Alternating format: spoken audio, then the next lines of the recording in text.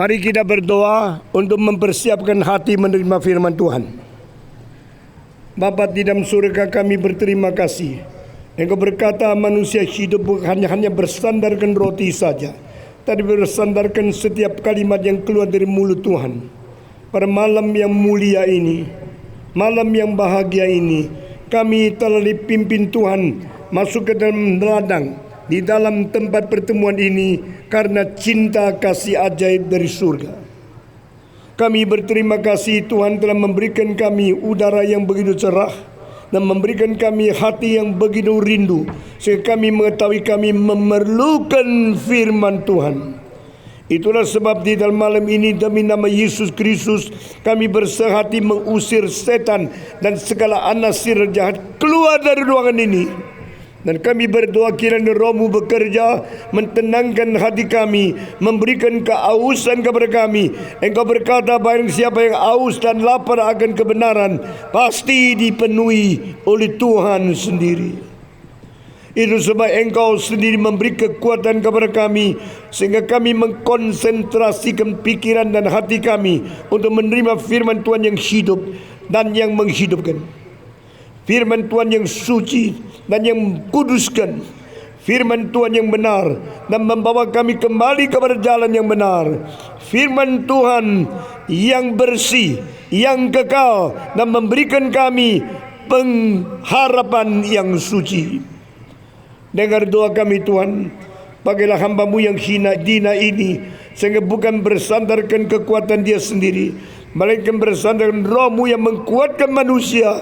Dia boleh memberitakan firman-Mu yang hidup di tengah-tengah kami pada malam ini. Demi nama Yesus Kristus, penebus dan juru selamat kami yang hidup, kami sudah berdoa. Amin. Saudara-saudara, perjalanan kami ini kita mengunjungi 5 kota, yaitu Sungai Duri, sesudah itu Nangapino, sesudah itu adalah Sintang, dan hari ini Putus Sibau, dan besok malam terakhir di Ketapang. Kami mengharapkan Kalimantan Barat tidak ketinggalan bersama-sama dengan semua orang suci di dunia, mengerti kehendak Allah, menerima firman Tuhan, mengikuti jejak kaki, dan mendapatkan keselamatan yang sudah dijadikan oleh Yesus Kristus melalui kematian dan kebangkitannya di dunia ini.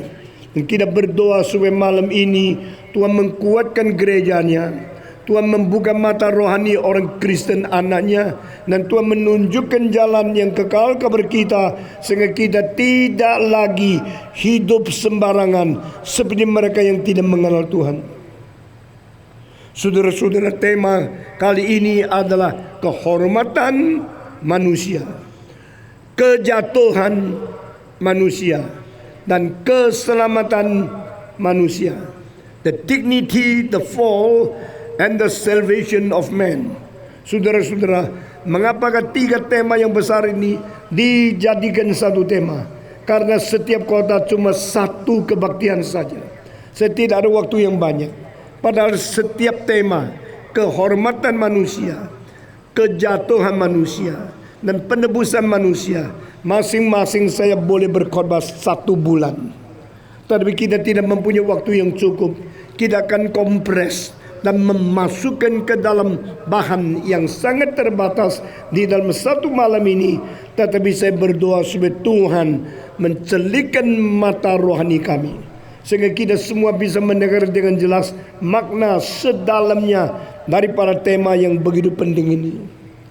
Allah menciptakan manusia lebih belakangan daripada mencipta segala sesuatu. Mengapa? Mengapa sudah cipta semua baru terakhir cipta manusia? Mengapa binatang-binatang yang remeh, yang hina dicipta sebelum manusia? Mengapa bukan manusia yang diutamakan? Saudara-saudara, bukan saja demikian, Allah menciptakan malaikat, menciptakan dunia roh, dan menanti sampai malaikat yang berontak dijatuhkan dari surga ke angkasa menjadi setan dan roh-roh jahat yang dikuasai oleh dia. Sesudah terjadi pemberontakan itu baru menciptakan manusia. Mengapa? Why God created man at the last? Mengapa Tuhan menciptakan manusia pada terakhir? Ini karena manusia adalah makhluk yang paling penting, justru paling penting di belakang, supaya semua yang diciptakan sebelumnya dipersiapkan untuk menjadi kebutuhan yang kita boleh pergunakan. Kita memerlukan segala sesuatu, maka segala sesuatu diciptakan terlebih dahulu, sehingga waktu kita diciptakan kita sudah boleh menikmati segala sesuatu. Inilah karena kehormatan manusia. Manusia lebih tinggi daripada binatang apapun. Kita lebih tinggi daripada singa, lebih tinggi daripada gajah, lebih tinggi daripada harimau, lebih tinggi daripada kuda, lebih tinggi daripada anjing, kucing, sapi, apapun. Karena mereka adalah makhluk yang tidak mempunyai bagian rohania. Mereka hanya makhluk yang mempunyai badan dan mempunyai nafas. Sesudah itu tidak ada apa-apa. Tapi manusia dicipta mempunyai harkat, mempunyai sesuatu kedudukan yang tertinggi sebagai status yang mewakili Tuhan Allah. Allah berkata, mari kita menciptakan manusia menurut peta teladan kita. Yang disebut kita itu adalah Allah Tritunggal, Allah Bapa, Allah Anak, Allah Roh Kudus, satu-satunya Allah di dalam 3 pribadi. Berkata-kata antara pribadi itu, mari kita menciptakan manusia menurut peta dan teladan kita, sehingga manusia mempunyai kebersamaan, mempunyai kemiripan dengan Tuhan. Karena apa saja yang menjadi zat, menjadi sifat ilahi yang paling hakiki, itu ada bayang-bayangnya di dalam diri manusia. Allah itu suci adanya, sehingga manusia diberi hati nurani. Allah itu kekal adanya, manusia diberi kekekalan. Allah itu pencipta alamatnya, manusia diberikan daya cipta.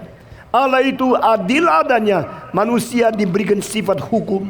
Allah itu adalah Allah yang tidak berubah, manusia diberikan sesuatu keinginan konsistensi. Allah itu adalah Allah yang selama-lamanya berada, manusia diberikan eksistensi yang tidak habis-habis. Kekekalan Allah ada kekekalan yang asli, kekekalan manusia ada kekekalan yang dicipta.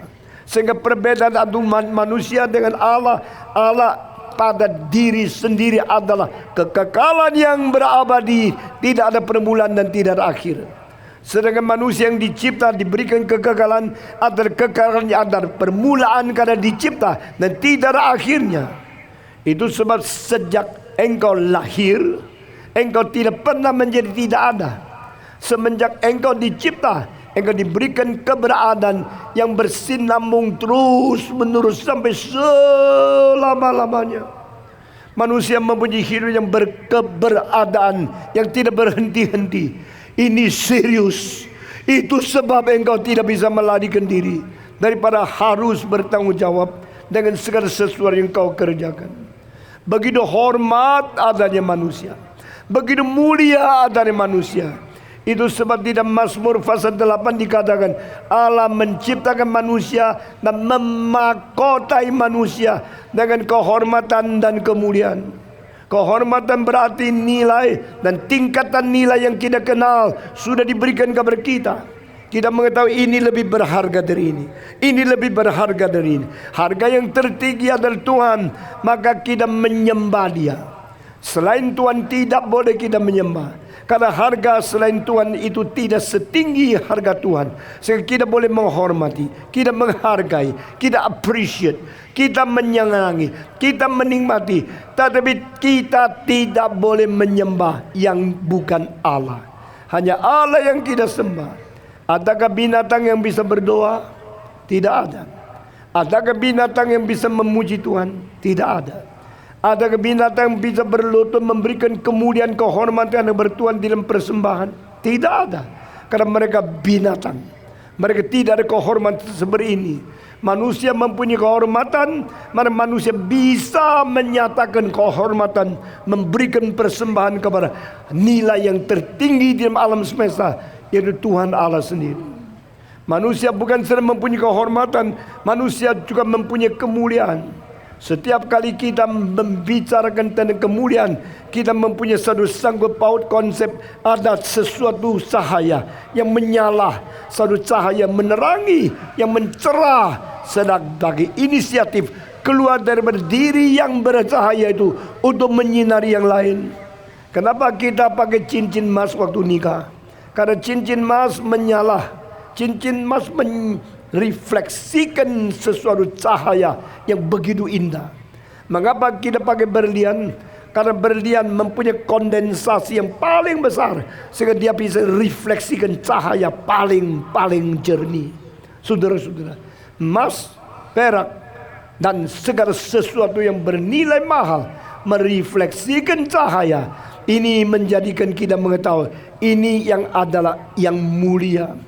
Banyak perempuan suka pakai emas, mutiara, perak, berlian sepanjang badannya. Bahkan ada yang pakai emas untuk giginya, untuk menyatakan dia orang kaya dan dia mempunyai pencerahan sesuatu kepada orang lain. Padahal itu ada kemuliaan duniawi. Itu kemuliaan paling murah. Alkitab mengatakan yang diindahkan oleh manusia dibenci oleh Allah. Pada waktu orang konglomerat memakai segala berlian, kelihatan dia paling kaya, paling hebat, Tuhan Allah melihat itu tidak penting. Alkitab berkata berkali-kali perempuan harus menghiaskan diri dengan kesucian untuk memuliakan Tuhan di surga. Seorang perempuan pelacur yang pakai berlian berapa karat pun tidak lebih indah dari seorang suci yang tidak ada emas, tidak ada berlian, tapi kesucian menjadi teladan bagi manusia yang lain. Saudara-saudara sekalian, kemuliaan dan kehormatan. Kehormatan mengenal nilai, kemuliaan merefleksikan cahaya. Siapakah manusia merefleksikan cahaya? Mereka yang mempunyai keadilan, mereka yang mempunyai kebajikan, mereka yang mempunyai kemurahan, Mereka mempunyai kesucian. Mereka mempunyai pengampunan. Orang-orang yang mempunyai hal-hal seperti ini menyatakan, merefleksikan kemuliaan dari Tuhan Allah. Karena Allah kita Allah yang suci, Allah kita Allah yang adil, Allah kita Allah yang bajik, Allah kita Allah yang murah, Allah kita Allah yang penuh dengan cinta kasih. Itu sebab kalau waktu manusia yang dicipta menurut peta dan teladan Allah bisa merefleksikan kesucian Allah, bisa merefleksikan keadilan Allah, bisa merefleksikan kebajikan Allah, bisa merefleksikan kemurahan Allah, bisa merefleksikan hati besar yang mau toleran dan mengampuni orang lain. Orang itu mirip Tuhan Allah. Orang itu akan dipuji dari hati nurani manusia, setiap orang yang hidup di dalam dunia. Saudara-saudara, mengapa ada presiden yang namanya baik beratus-ratus tahun diingat oleh rakyat? Mengapa presiden yang namanya buruk begitu turun sudah dimaki caci oleh orang lain? Karena yang satu menyatakan sifat ilahi, yang satu merefleksikan sifat setan. Ini sebab penyembahan menjadi satu perwakilan bagaimana menilai Tuhan dalam kehormatan kita. Moral menjadi satu wakil untuk menyatakan bagaimana kita menyatakan kemuliaan Tuhan. Manusia dimahkotai dengan kehormatan dan kemuliaan. Itu sebab biar engkau sadar, engkau insyaf, dan engkau bersyukur kepada Tuhan, engkau adalah manusia. Setiap kali engkau mengingat engkau manusia, ingatlah engkau harus berbakti kepada Tuhan, bukan berbakti kepada dukun. Engkau setiap kali mengingat engkau mempunyai kehormatan, engkau harus kembali beri sembah sujud kepada Allah yang maha tinggi, dan bukan memuliakan kepada orang-orang di luar Tuhan Allah. Nenek moyang kita telah dipakai Tuhan menurunkan kita, tapi bukan Allah kita. Tidak boleh kita bersembah sujud kepadanya. Dewa-dewa adalah dicipta oleh Allah, bukan sang pencipta. Tidak boleh kita bersembah sujud kepada dia. Pahlawan-pahlawan adalah orang-orang yang agung. Kita boleh menghormati dia, tapi tidak boleh kita bersembah sujud kepada dia. Hanyalah menyembah Allahmu, tidak ada yang lain. Ini perturunan daripada Alkitab. Di dalam perjanjian lama, di dalam perjanjian baru dikatakan only worship your God. There's no other God. God is the only one God. God is eternal God. God is a glorious God. You should worship your God. Adakah engkau sambil mencari orang Kristen sambil cari dukun? Adakah engkau sambil dibaptiskan sesudah masih pergi ke tempat-tempat sihir? Jikalau hatimu bercabang, bagaimana engkau menjadi orang yang baik? Elias berkata di Gunung Karmel, "Hei Israel, jikalau Allah itu adalah Allah, berbaktilah hanya kepada dia. Jika Baal itu adalah Allah, berbakti kepada Baal." Bagaimana engkau bisa mencabangkan hatimu dan tidak konsentrasi dan tidak setia kepada Allahmu? Hari itu setelah Tuhan menyatakan api turun membakar seluruh persembahan yang ditaruh di atas mezbah, saudara-saudara, Baal tidak menurunkan api. Maka saat itu Baal mempermalukan diri. Itu bukan Allah yang sejati. Elias langsung berkata, "Bunuh semua nabi Baal." Dan 400 nabi daripada dewa palsu dicurahkan darahnya, dibunuh, dan darah mengalir seperti sungai. Karena apa? Membersihkan umat Tuhan, membersihkan anak-anak Allah. Tidak boleh kita campur menjadi orang yang sambil percaya ini sambil percaya itu. Tidak bisa kita sambil berbakti kepada Tuhan sambil berbakti kepada dewa, kepada setan, kepada roh-roh yang jahat. Karena hanya satu Allah. Di dalam hukum pertama Tuhan berkata, selain aku tidak ada Tuhan. Engkau tidak boleh menyembah Tuhan yang lain, tidak boleh bikin patung, tidak boleh menyembah kepada berhala. Ini hukum kedua. Dan hukum ketiga, jangan menyebut nama saya di dalam keadaan yang sia-sia. Allahmu adalah Allah yang suci. Allahmu adalah Allah yang membenci segala penyelewengan. I am the holy God. I am the God of jealousy. Aku tidak suka, aku membenci segala yang jahat. Jikalau engkau menjadi orang Kristen, Biar hari ini berkata kepada Tuhan, saya mau sungguh-sungguh beribadah kepada Engkau, hanya kepada Engkau. Janganlah membiarkan adalah patung-patung berhala-berhala lain di dalam hidupmu, di dalam hatimu, yang mencabangkan konsentrasimu beribadah kepada Tuhan. Karena hanya Tuhan yang patut disembah sujud. Dia yang suci dan hormat, menciptakan engkau mempunyai kehormatan Tuhan, supaya engkau mengembalikan kesucian hanya kepada Allah. Engkau menghormati Dia sebagai Allah yang hormat, dan berdoalah di dalam hidupmu, Bapa kami yang di surga, dikuduskanlah namamu. Hanya Tuhan yang suci harus dikuduskan, yang bukan Tuhan tidak boleh dikuduskan. Kehormatan yang kita miliki adalah kehormatan yang mengembalikan segala kehormatan yang tertinggi kepada Tuhan yang satu-satunya hormat. We are dignified. Kita hormat. Kita mempunyai kehormatan yang tertinggi, dan kehormatan kita yang tertinggi harus dikembalikan kepada Allah yang memang kehormat yang ada pada diri tertinggi lebih dari segala sesuatu. Kita bersyukur kepada Tuhan. Mari kita di dalam hati kita mengkuduskan Dia, di hidup kita luar kita memuliakan Dia. Di dalam sedalam-dalam kita mengkuduskan Tuhan, sehingga Tuhan mengetahui siapa yang berbakti kepada Dia, siapa yang setia kepada Dia. Tapi di luar kita merefleksikan kemuliaan Tuhan, sehingga orang lain melihat kesucian Allah ada pada kita, cinta kasih Allah pada kita, keadilan Allah pada kita. Presiden yang adil, presiden yang penuh dengan keadilan, penuh dengan kemurahan, akan diingat dan cinta oleh manusia sampai selama-lamanya. Orang Kristen yang tidak menjadi presiden, tidak menjadi bupati, tidak menjadi gubernur, tapi kita boleh menjadi wakil Tuhan. Biar kita menyatakan kemuliaan Tuhan di dalam hidup kita sehari-hari. Biar kita menyatakan kesucian Tuhan di dalam hidup kita sehari-hari. Biar kita menyatakan keadilan Tuhan di dalam hidup kita sehari-hari. Engkau yang menjadi dokter, engkau yang menjadi gubernur, engkau menjadi bupati, engkau menjadi hakim, engkau menjadi jaksa, engkau menjadi polisi. Nyatakan sifat ilahi melalui hidupmu yang melayani Tuhan. Refleksikan keadilan, kesucian, kebajikan Tuhan melalui hidupmu sebagai pelayanan yang memuliakan nama Tuhan.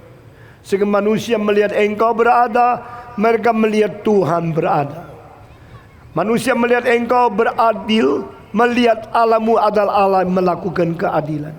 Manusia melihat engkau hidup suci, khususnya yang menjadi ayah, menjadi ibu. Hidupmu di dalam rumah tanggamu adalah mewakili Tuhan. You are the representative of God in your fatherhood, your motherhood.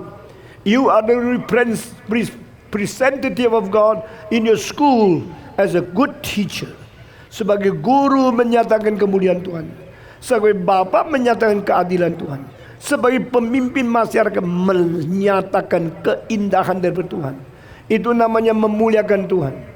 Jangan kita memuliakan Tuhan seperti Ibu Lincoln yang menyanyi baru bisa menyatakan kemuliaan Tuhan. Jikalau kita harus bisa nyanyi sebagus Lincoln, maka banyak orang tidak mungkin memuliakan Tuhan. Tapi memuliakan Tuhan di dalam hidup sehari-hari, memuliakan Tuhan di dalam tingkah laku kita sehari-hari, memuliakan Tuhan di dalam kalimat-kalimat yang kita ucapkan sehari-hari. Orang begitu bertemu dengan kita, mereka seperti melihat kemuliaan Tuhan di dalam diri kita. Orang yang berbicara dengan kita seperti mereka berkonversasi dengan Tuhan kita. Orang yang melihat cara kita bekerja, hati kita lapang, hati kita baik, hati kita penuh dengan kemurahan. Mereka mengetahui Tuhan hadir dan Tuhan menyertai engkau. Saudara-saudara, Daniel di dalam perjanjian lama, Yusuf di dalam perjanjian lama, Maria di dalam perjanjian baru, Yohanes di dalam perjanjian baru. Ini semua orang suci yang diingat oleh orang Kristen beribu-ribu tahun tidak pernah berhenti. Karena mereka sedang menyatakan kemuliaan Tuhan pada waktu engkau hidup di dalam dunia. Meskipun hidup hanya beberapa puluh tahun saja, tetapi nilai itu kekal adanya. Saya mau tanya, Yohanes Pembaptis kapan mulai keluar menjadi hamba Tuhan? Umur 30. Saya mau tanya, Yohanes Pembaptis melayani Tuhan berapa lama? Hanya 6 bulan. Yohanes tidak sampai 1 tahun berteriak, "Bertobatlah kamu, karena kerajaan Allah sudah dekat." Dia memperkatakan Kristus, membawa Kristus untuk diketahui oleh orang lain. Inilah anak domba Allah yang mengangkut dosa seluruh dunia. Inilah adalah Tuhan yang lebih belakangan daripada aku, tetapi sebenarnya sebelum aku berada, dia sudah ada di dalam kekekalan. Yohanes Pembaptis memperkenalkan Kristus, berkata, "Aku tidak layak membuka tali sepatunya. Biar dia menjadi bertumbuh, biar aku menjadi mengecil." Dia begitu menjunjung tinggi Tuhan Yesus. Dia melayani tidak sampai 1 tahun. Dan Yohanes Pembaptis dimasukkan penjara, akhirnya dipenggal kepala. Seorang yang hanya pelayanan tidak sampai 1 tahun bisa berpengaruhi dunia berapa besar. Salah satu orang yang paling banyak mempengaruhi saya adalah Yohanes Pembaptis. Meskipun dia sudah mati 2000 tahun, pengaruh dia tetap berada di dalam hidupku, berada di dalam hidup banyak pendeta, berada di dalam banyak hamba-hamba Tuhan yang gigih, berani melawan dosa, melawan pimpinan politik yang jahat. Saudara-saudara, dia berani menegur Raja Herodes, "Pernikahan engkau tidak beres. Mengapa engkau merampas istri kakakmu dan menjadikan dia dipaksa menjadi istrimu? Dosa engkau." Raja gampang tidak ditegur. Raja gampang menerima teguran seorang nabi. Tidak. Raja akan pakai kuasa politik untuk mentangkap dia, membelenggu dia, mempenjarakan dia. Tapi saudara-saudara, Yohanes bisa dipenjarakan, Yohanes bisa dibunuh, tapi perkataan Tuhan keluar dari mulut Yohanes tidak bisa dipenjarakan. Itu terus menjadi teguran bagi semua raja, semua presiden, semua pembesar yang tidak beres dihakimi oleh perkataan firman Tuhan yang suci. Saudara-saudara sekalian, anak-anak Tuhan yang sungguh-sungguh merefleksikan kemuliaan Tuhan, meskipun tubuhnya mati syahid, jiwanya tidak pernah mati untuk selama-lamanya. Ingatlah saudara, engkau adalah manusia yang hormat. Engkau adalah makhluk yang mulia yang diciptakan oleh Tuhan menurut peta dan teladan Dia. Lebih baik miskin tapi mempunyai hidup yang suci. Lebih baik kurang makan tapi mempunyai karakter yang agung. Jangan karena suka korupsi atau suka benda dan suka pujian dari manusia engkau menjual diri. You are dignified, you are glorious, because you are created after the image and the likeness of God. Do not betray yourself, do not cheap sell yourself. Jangan jual murah dirimu sendiri, jangan mengkhianati diri sendiri, jangan mempermainkan diri sendiri. Barang siapa mempermainkan sesuatu tugas yang diberikan Tuhan kepada dia, dia mempermainkan nilai kekekalan dia sendiri. Barang siapa menghina akan jabatan dan keadaan yang agung, mulia yang Tuhan berikan kepada dia sebagai saksi, dia sedang mempermainkan nasib kekekalan sendiri. Barang siapa yang mempermainkan diri sendiri, dia mempermainkan Tuhan Allah, dan dia akan dibuang oleh Tuhan. Kehormatan manusia harus kita jaga. Kita harus insyaf. Manusia dalam kehormatan tapi tidak sadar, dia akan mati seperti binatang yang sedang disiapkan untuk dijagal. Ini kalimat bukan dari saya. Ini kalimat dari Mazmur 49 ayat terakhir. A man with dignity but without understanding, he will be like an animal to be killed. Saudara, kalau tidak mengerti dan tidak sadar dirimu berapa hormat, saudara seperti binatang yang sedia dibunuh. Saudara-saudara sekalian, engkau boleh lahir dalam keluarga miskin, tapi engkau mempunyai kehormatan. Engkau mungkin dilahirkan di luar, di dalam keluarga konglomerat, tapi akhirnya hancur. Menjadi manusia hormat bukan karena dilahirkan di dalam presiden, keluarga daripada istana. Manusia hormat karena manusia dicipta menurut peta teladan Allah. Miskin pun tidak apa, engkau remeh pun tidak apa, engkau tidak mempunyai pendidikan tinggi tidak apa, engkau mempunyai harkat, mempunyai karakter, mempunyai sifat sebagai manusia. Saya adalah manusia. Saya tidak boleh dihina. Tidak boleh dihina oleh siapapun. Tidak boleh hina oleh orang lain. Dan tidak boleh dihina oleh diri saya sendiri. Ingatlah engkau orang hormat, dan manusia semua hormat. Setiap orang disebut manusia. Jadi budak, hormat. Jadi konglomerat, hormat. Jadi presiden, hormat. Jadi orang yang jual barang-barang yang murah-murah di tengah jalan, hormat. Menjadi petani, hormat. Asal engkau ingat engkau adalah manusia yang dicipta menurut peta teladan Allah. Engkau menjaga kehormatanmu. Tapi saudara-saudara, setan ingin tidak melihat kita terus berada di kehormatan. Tidak. Setan berusaha mencobai kita, berusaha merayu kita, berusaha menggoda kita, dan akhirnya menjerumuskan kita ke dalam dosa. Sama seperti Adam dicoba iblis untuk melawan Tuhan. Tuhan berkata, buah ini jangan engkau makan. Hari engkau makan, engkau pasti mati. Setan mengatakan, engkau tidak tentu mati. Setiap kalimat Allah dilawan, karena setan berarti satu yang menentang, melawan, yang merusak rencana Allah. Tuhan berkata, engkau setan. Istilah setan berarti pelawan, berarti penentang kepada Tuhan. Saudara-saudara, setiap kali rencana Allah dilawan, yang melawan itu bersifat iblis. Jikalau engkau juga melawan kehendak Allah, berarti engkau seperti iblis. Engkau sekongkol dengan iblis. Engkau sehati dengan iblis. Engkau memihak iblis untuk melawan Tuhan. Engkau akan dibinasakan juga.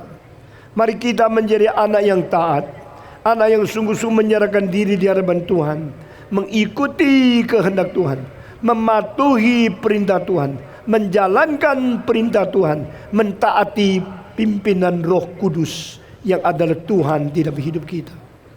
Saudara-saudara, Tuhan bukan saja juru selamat. Tuhan adalah Tuhanmu. He's not only our Savior, He's our Lord, our Master, the one who control over us, the one who domain over us.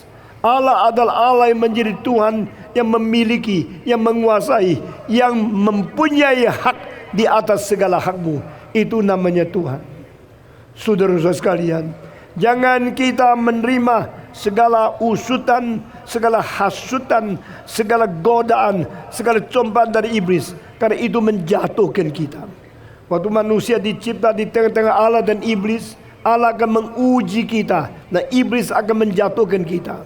Ujian Allah bermotivasi baik supaya kita melalui sengsara, penderitaan, segala latihan, disiplin yang sangat menakutkan. Akibatnya kita menjadi orang yang suci, yang diteguhkan oleh Tuhan. Setan mengakai pencobaan untuk membuat kita dikoyak, tidak karu-karuan susahnya, tapi akhirnya untuk kita menjadi orang berdosa yang melawan Tuhan. Tidak mungkin manusia tidak melewati kesulitan. Tidak mungkin manusia yang bernilai tidak melewati sesuatu ujian. Ujian bukan menjatuhkan kita. Sama seperti ujian di dalam universitas yang paling tinggi, itu tujuannya hanya membuktikan engkau sudah belajar, engkau bisa lulus, engkau mengalahkan segala kesulitan, engkau sungguh-sungguh mengerti. Ujian tidak menjatuhkan. Ujian tidak membawa kita turun ke dalam keadaan yang rusak. Ujian justru mengakibatkan kita teruji dan membuktikan kita sudah mengalahkan kesulitan. Bolehkah seorang lulus tanpa ujian? Tidak. Adakah universitas yang tidak pakai ujian meluluskan mahasiswanya? Tidak. Ujian itu harus ada. Adakah mahasiswa yang membenci ujian, maki-maki gurunya, kenapa menguji saya? Engkau tidak percaya saya ya? Kenapa uji saya? Guru berkata, justru sistem pendidikan di sini adalah melalui ujian membuktikan engkau bisa lulus. Demikian Tuhan memakai ujian untuk membuat kita orang Kristen lulus. Membuat orang Kristen ini sungguh-sungguh bisa mengalahkan segala kesulitan, membuktikan kita sudah mengalami. Socrates berkata, unexamined life is not worth living. Siapakah manusia yang tidak pernah diuji, dia tidak berhak hidup di dalam dunia. Ujian itu makna baik. Ujian itu satu keharusan. Ujian itu diperlukan supaya kita melalui ujian membuktikan kita menang, kita lulus, kita adalah orang yang sukses. Tapi di tengah-tengah ujian yang Tuhan berikan kepada kita, setan selalu campur tangan untuk merubah ujian menjadi pencobaan, merusak kita. Sehingga Allah menguji kita supaya kita sukses, setan menjatuhkan kita supaya kita jatuh. Jikalau engkau tidak membedakan dua hal ini, dan engkau tidak memihak Tuhan untuk melawan setan, engkau mungkin tergoda oleh iblis memihak setan untuk melawan Tuhan. Nenek moyang kita Adam dan Hawa salah, jatuh di dalam dosa, karena saat itu dia mempunyai dua suara. Suara Tuhan mengatakan jangan makan, suara setan mengatakan makan. Suara Tuhan mengatakan engkau akan mati kalau makan. Suara setan mengatakan tidak jadi mati, engkau akan matanya terbuka. Setelah lahiriah kelihatan perkataan setan lebih benar. Karena waktu Tuhan mengatakan hari itu engkau makan engkau mati. Adam waktu makan tidak mati, masih hidup 930 tahun. Kalau begini perkataan Allah gagal, Allah bohong. Kalimat-kalimat Tuhan Allah tidak ada sama sekali jasa, tidak sama sekali ada faktanya. Mengapa engkau katakan makan hari itu mati? Saya tidak mati, saya masih hidup 930 tahun. Mengapa setan mengatakan engkau makan matamu dibuka, setelah dia makan matanya dicelikan? Kalimat Allah yang benar seperti salah, kalimat yang setan seperti salah seperti benar, yang benar seperti salah, yang salah seperti benar. Inilah kekacauan dunia setelah Adam jatuh di dalam dosa. Setan akan menipu, memalsukan, mengimitasi, memalsukan firman Tuhan, sehingga kalimat semua yang salah kelihatan betul, dan dia akan membuat sesuatu kesulitan sehingga kalimat Tuhan yang betul seperti salah. Kalimat Tuhan betul tidak, hari itu engkau makan engkau mati, betul.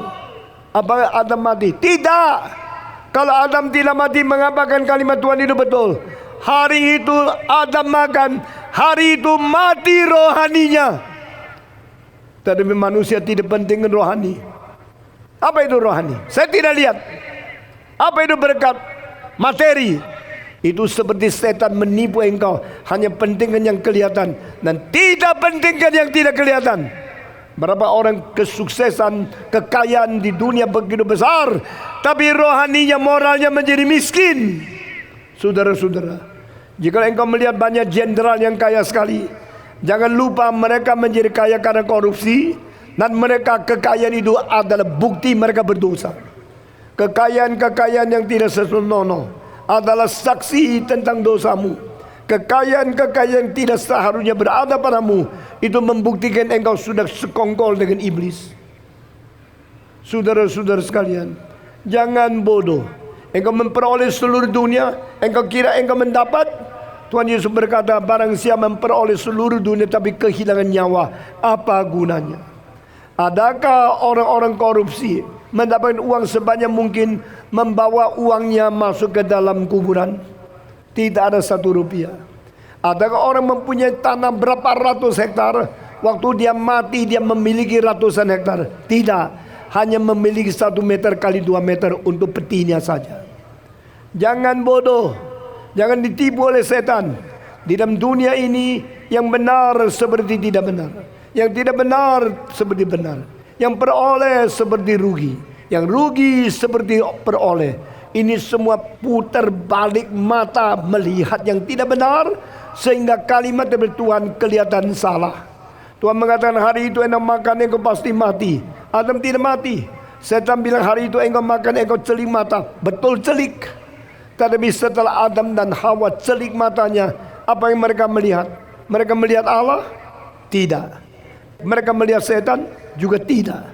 Mereka melihat dirinya menjadi telanjang.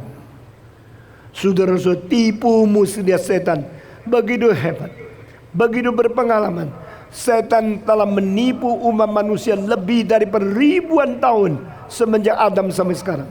Sehingga jangan kira engkau terlalu pintar, engkau bisa mengalahkan iblis dengan kekuatan dan kepintaran engkau sendiri. Setan jauh lebih bijaksana dari engkau. Setan jauh lebih berpengalaman dari engkau. Engkau hanya hidup berapa puluh tahun, jangan sombong. Setan yang sudah beribu-ribu tahun menipu Adam Hawa sampai hari ini. Dia menipu presiden, menipu jenderal, menipu konglomerat, menipu orang-orang pendeta palsu, menipu ajaran-ajaran teologi yang tidak benar. Setan menipu manusia sampai akhir zaman, tidak pernah berhenti-berhenti. Jikalau engkau adalah orang yang hormat, peliharalah hormat dengan memegang Tuhan, jangan memegang kepintaran dirimu sendiri. Jikalau engkau adalah orang hormat, jangan jatuh ke dalam dosa seperti nenek moyang kita dan semua orang yang menganggap diri pintar. Saudara-saudara, saya harus berkata kepada saudara, kejatuhan sudah menjadi fakta. Kita semua manusia sudah berada di dalam dosa. Alkitab berkata, sekalian sudah berdosa dan mengurangi kemuliaan dari Tuhan Allah. Not even one man is avoided from committing sin. We all commit sin. Kita semua sudah berdosa. Kita sudah jatuh di dalam dosa. Kejatuhan itu fakta. Setan tidak akan meninggalkan engkau mencintai Tuhan. Makin engkau cinta Tuhan, dia akan makin merusak engkau. Makin engkau dekat Tuhan, dia akan makin menarik engkau. Makin engkau melayani Tuhan dengan begitu menggebu-gebu, dia akan menghancurkan engkau. Saudara, Alkitab berkata, jikalau gembala itu dihancurkan, maka dombanya itu semua terpecah belah. Jikalau gereja akan dirusakkan, merusak pendeta dulu. Di dunia ini sudah banyak pendeta yang gagal. Saudara-saudara sekalian, semua pikiran yang jahat, semua pikiran yang tidak sesuai dengan kebenaran Tuhan mengakibatkan kita jatuh jerumus di dalam dosa dan tidak bisa kembali. Berdoalah kepada Tuhan. Saya dengan gentar berkata kepada Tuhan, pelihara saya. Semenjak umur 17 saya menjadi hambamu. Sekarang saya umur 74. Pelihara saya di dalam kesucian. Biar saya tidak menyeleweng. Biar saya tidak melarat, tidak digoda dan jatuh ke dalam dosa. Kalau Tuhan tidak memelihara, kita semua bahaya. Kita tidak seorang yang cukup kuat melawan setan. Kita tidak seorang mempunyai kekuatan untuk memelihara diri, kecuali Tuhan kasihan kepada kita. Tuhan kasihan kepada siapa? Kasihan kepada mereka yang rendah hati. Tuhan akan membiarkan mereka congkak jalan sendiri sampai jatuh. Tuhan kasihan kepada siapa? Kasihan kepada mereka yang merasa diri lemah dan bersandar kepada Tuhan. Barang siapa yang menganggap dirinya kuat, dia harus hati-hati. Karena engkau tidak mungkin berdiri tegak. Engkau menganggap diri kuat, engkau bahaya. Saudara-saudara, kehormatan itu sudah diberikan sebagai kedudukan kita tertinggi. Kejatuhan itu sudah digoda oleh iblis supaya kita melarat. Tetapi saudara-saudara, Tuhan berkata dia tidak mau kita jatuh. Dia tidak mau kita melarat. Tuhan mengirim Yesus Kristus untuk mengembalikan dunia. Di mana Yohanes Pembaptis berkata, behold the Lamb of God who takes away the sins of the world. Lihatlah domba Allah yang mengangkut dunia, seluruh dunia. Siapa yang bisa membereskan dosa manusia? Satu-satunya yang tidak berdosa hanya Yesus Kristus. Dan Yesus Kristus berkata, Bapa, ampuni mereka, karena apa yang mereka perbuat mereka tidak tahu. Dia tidak minta didoakan, dia minta orang mendoakan. Sokrates kalimat terakhir berkata ke muridnya namanya Kroton, tolong bayar utang saya. Saya masih utang seekor ayam jago kepada seorang dewa. Saya sudah janji memberi tapi saya belum sempat. Saya sudah harus mati. Tolong bayar utang saya. Sokrates mengaku dia ada utang. Sokrates mengaku dia perlu dibayar orang lain. Siapa yang tidak berdosa? Orang yang paling suci di dunia, semua mengaku mereka berdosa. Hanya Yesus Kristus di dalam Yohanes pasal 8 berkata, who among you can point out my sins? Siapa di antara kamu yang bisa menunjukkan dosa saya? Kita bersyukur kepada Tuhan. Yesus satu-satunya Allah yang menjadi manusia. Yesus satu-satunya manusia yang tidak bercacat celah. Yesus satu-satunya pengantara di tengah Allah dan manusia yang tidak pernah berbuat dosa, dan memberikan sesuatu tantangan, siapa di antara engkau yang bisa menunjukkan dosaku? Saudara-saudara, inilah juru selamat, inilah anak domba Allah yang tidak bercacat celah. Karena dia tidak berdosa, maka dia sanggup mengampuni dosa kita. Karena dia sendiri suci, dia sanggup menanggung hukuman dari Tuhan Allah.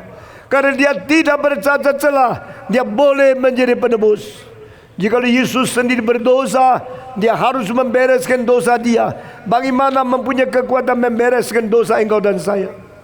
Jika Yesus Kristus sendiri bersalah, bercacat, bagaimana dia bisa menanggung dosa dan segala hukuman yang patut diterima engkau dan saya? Tetapi puji Tuhan, karena Yesus tidak berdosa, tidak bercacat celah, suci mutlak dari lahir sampai mati. Dia tidak pernah bergabung dengan dosa satu detik pun.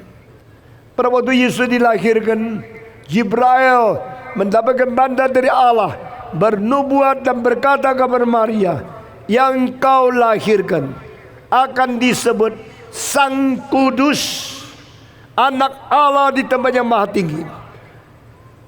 The one you are going to give birth is the saints of God, the Holy One of God, a Son of God in the highest. Tidak pernah ada satu orang mendapatkan julukan seperti ini. Tidak pernah orang dipanggil oleh malaikat sebagai Sang Kudus. Kudus, kudus, kudus. Kalimat daripada serafim pada waktu mereka menyembah Allah, melayani di sekitar takhta Allah, suci, suci, suci. Holy Father, Holy Son, Holy Spirit. The Son who come down to the earth, become flesh. The Word become flesh. God became man. Itu disebut oleh malaikat Jibril, the Holy One of God. Di antara suci, suci, suci, yang kedua turun menjadi manusia, itu adalah Tuhan yang kudus menjadi manusia yang suci mutlak, tidak berdosa. Berbeda dengan semua orang berdosa, karena semua orang sudah melanggar, sudah mengurangi kemuliaan Allah. We all had committed sin, make sure the glory of God. But only Jesus Christ has no sin, never commit any sin. He's the only Holy One of God, without blemish. He's this Lamb of God, anak Allah, anak domba Allah yang tidak bercacat celah. Dialah satu-satunya bisa menyelamatkan engkau dan saya. Kehormatan itu mulia sekali, kejatuhan itu malu sekali, dan kesucian Kristus itu perlu untuk menebus kita. Saya akan mengakhiri khotbah pada malam ini. Saya berkata kepada saudara, tahu tidak engkau orang yang hormat?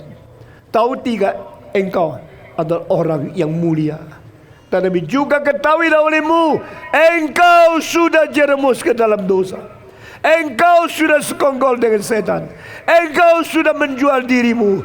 Engkau sudah dinodai oleh segala kejahatan. Mengapa engkau nak khotbah? Mengapa engkau berzina? Mengapa engkau menipu? Mengapa engkau minum minuman keras? Mengapa hidupmu begitu menjauhkan diri dari Tuhan? Malam ini firman Tuhan dikhotbahkan di dalam Kudus Siba. Malam ini Roh Kudus bekerja di hatimu.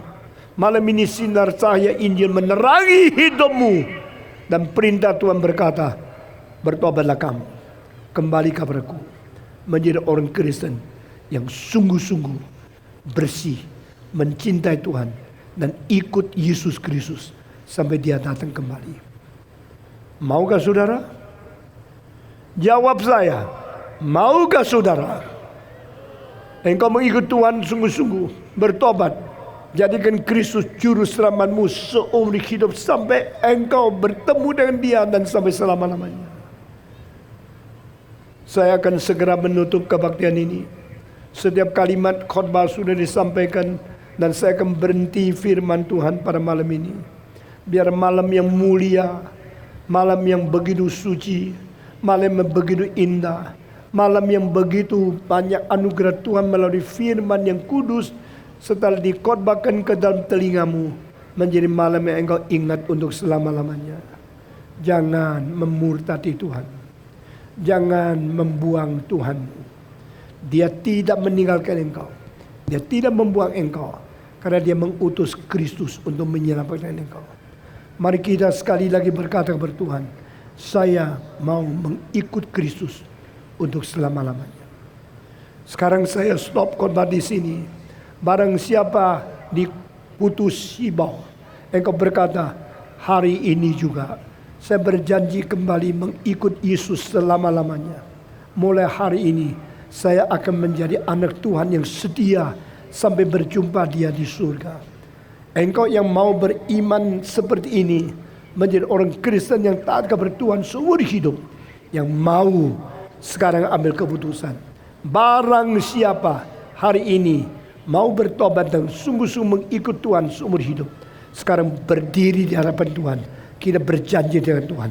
Yang mau berdiri, berjanji untuk menjadi anak Tuhan yang setia, sekarang berdiri. Yang mau orang Kristen setia kepada Tuhan seumur hidup, sekarang berdiri. Puji Tuhan, puji Tuhan. Yang mau berjanji kepada Tuhan menjadi orang Kristen yang setia, biar kita berjanji di hadapan Tuhan. Dengan berdiri kita mau masuk di dalam doa. Mari kita semua tunduk kepala, ikut saya berdoa satu kalimat demi satu kalimat.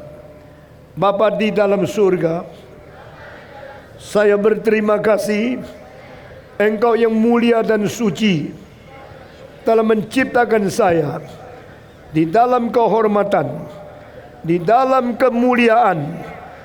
Oh Tuhan, pada malam ini saya mengaku di hadapan Tuhan, saya sudah berdosa dan saya rela kembali kepada Tuhan. Saya rela setia mengikut Tuhan Yesus sampai selama-lamanya. Terimalah saya, bersihkanlah saya, pimpin saya, pelihara saya sampai selama-lamanya. Dengar doa saya, dalam nama Yesus Kristus saya berdoa. Amin.